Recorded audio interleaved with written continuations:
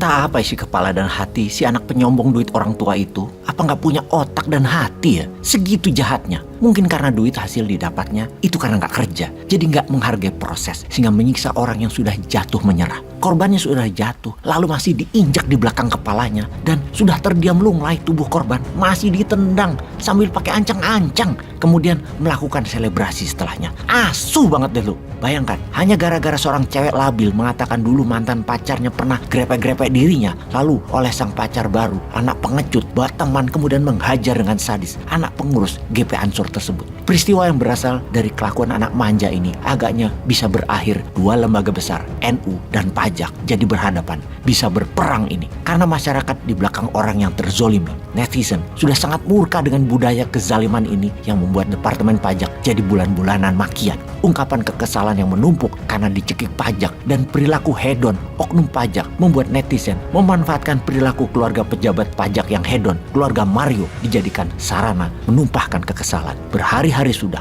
namun belum turun juga trending peristiwa oknum keluarga pegawai pajak itu. Kalau kita perdalam, sesungguhnya yang jadi permasalahan bukan pembayar pajak yang saat ini karena teriak kesal. Namun sesungguhnya pemerintah dan negara lah yang harus bergerak mengawasi dan menindak oknum pajak. Karena perilaku pejabat tersebut, mereka mendiskon uang pajak masuk ke negara. Misalnya, dari uang 100 juta seseorang harus bayar pajak. Jadi, cuma 50 juta masuk ke negaranya, yang 20 juta ke kantong oknum. Bukan uang anggaran yang dimainkan, tapi uang yang belum masuk yang dimainkan. Dan ini merugikan negara yang sesungguhnya. Jadi, kalau kita rincikan peristiwa tentang kasus penganiayaan oleh Mario yang merupakan anak dari pejabat Direktoral Jenderal Pajak Rafael Alun Trisambodo terhadap anak 17 tahun, anak dari petinggi GP Ansor, kembali membangkitkan luka lama masyarakat soal kasus penyimpangan dana pajak yang dilakukan oleh Gayus Tambunan beberapa tahun ini dan banyak hal yang apa-apa dipajaki akhir-akhir ini membuat muak masyarakat. Mario dan keluarganya dianggap kerap memamerkan harta dan kemewahan melalui sosial media. Ini membuat netizen sekali lagi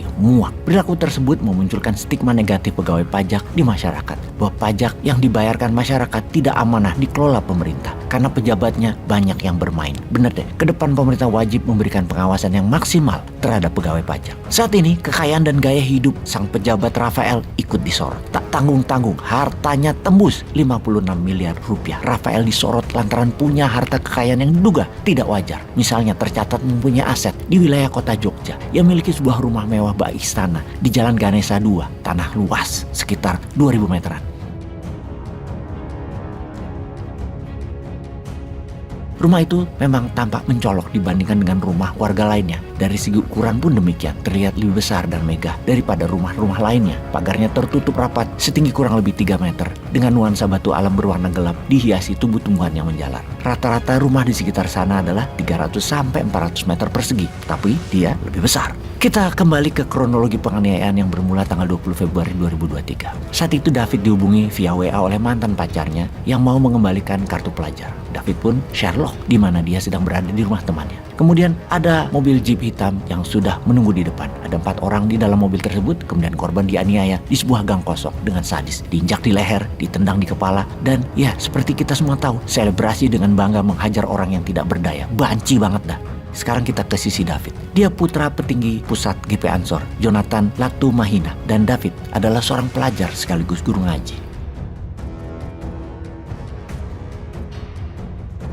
Kita dari sisi mobil yang dipakai Mario sekarang. Ternyata nunggak pajak mobil mewah bermerek Jeep Rubicon tersebut dengan nomor polisi B2571 PBP yang digunakan saat melakukan aksi penganiayaan. Wis lengkap iki perilaku oknum pajak ini. Harta perlu dipertanyakan, keluarganya tukang pamer, anaknya jahat dan sombong, gak bayar pajak kendaraan, dan gak bayar pajak pendapatan yang mana. Harta banyak datang dari mana kita juga gak tahu. Sudah susah kita berprasangka baik pada pejabat ketika menjabat hartanya melimpah ruah. Ya kalau berprasangka baik mudah-mudahan mertuanya tajir dan dia dapat warisan. Oke sahabat, bagaimana komentar sahabat? Masih percaya instrumen pajak? Atau seperti pendapat ulama NU, kalau berdasarkan referensi kitab kuning, kalau pajak masih diselewengkan, warga NU akan diajak oleh kiai-kiai untuk tidak bayar pajak. Tapi kalau pajak untuk rakyat, pajak untuk pembangunan, pajak untuk kebaikan, masyarakat NU taat bayar pajak. Tekanan sosial dan netizen ini penting demi pembelajaran supaya ke depan tidak terulang lagi kasus-kasus yang menyederai masyarakat seperti hal ini.